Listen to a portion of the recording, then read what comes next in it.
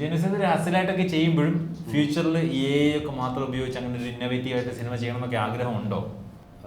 Human എലമെന്റിനെ എന്തൊക്കെ പറഞ്ഞാലും replace ചെയ്യാൻ പറ്റില്ല എന്ന് വിശ്വസിക്കുന്നവരാണ് ഞാൻ. അപ്പോൾ കാൺ തിങ്ക് ടു ഫാർ ആയിട്ട് AI വെച്ചിട്ട് നമുക്ക് എന്തൊക്കെ ചെയ്യാം. ലൈക്ക് അതിൻ്റെ അൾട്ടിമേറ്റ് പോസിബിലിറ്റി ഇപ്പോൾ ആസ് എ പ്രൊഡ്യൂസർ, ഇപ്പോൾ ഒരു പ്രൊഡ്യൂസർ വന്നിട്ട് പറയുകയാണ് എനിക്ക് സിനിമ ഷൂട്ട് ചെയ്യണ്ട, എനിക്ക് ഇതിൻ്റെ പ്രൊഡക്ഷൻ എക്സ്പെൻഡിച്ചർ ഇല്ല, ഇതിൻ്റെ ലൊജിസ്റ്റിക്കൽ എക്സ്പെൻഡിച്ചർ ഇല്ല, I don't have to pay people മുതലായ പരിപാടികൾ, even post production AI colour grade ചെയ്യും, AI സൗണ്ട് മിക്സ് ചെയ്യും, അതൊക്കെ ഇറ്റ്സ് ഈസി ഫോർ AI.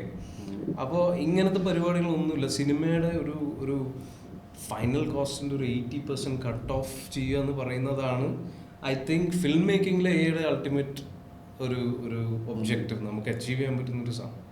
അപ്പോൾ അതിലേക്ക് എന്തായാലും പോകും. കാരണം end of the day film is a business. അപ്പോൾ അത് ഡിക്റ്റേറ്റ് ചെയ്യുന്ന അതിൻ്റെ ഫൈനാൻസാണ്.